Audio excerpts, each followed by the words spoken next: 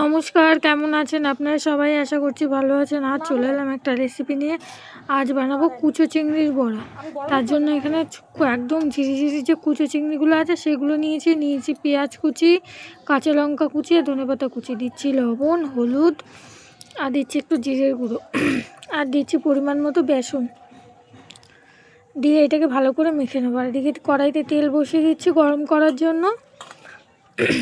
এটা কিন্তু মাখবো, একটু জল দেবো না। চিংড়ি মাছের যে ভেজে ভেজে ভাবটা আছে আর পেঁয়াজের থেকেও একটা জল বেরোয়, সেটা দিয়ে এটা মাখা হয়ে যাবে। মাখা হয়ে গেছে, এবার গোল গোল করে বড়ার শেপ দিয়ে আমি এটাকে ভেজে নেব। আপনারা চাইলে ছোট ছোট করেও ভাজতে পারেন। কেমন লাগছে দেখতে খুব জানাবেন।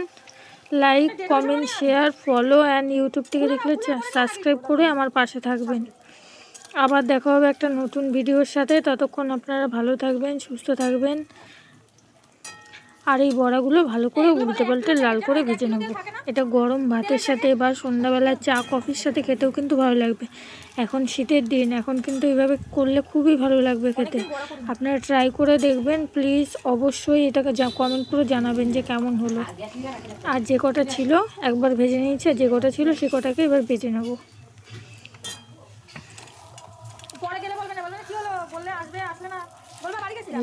খেতে কিন্তু দারুণ হয়েছিল আর মুচমুচেও হয়েছিল, যেহেতু চিংড়ি মাছের বড়া খুবই টেস্টি হয়েছিল।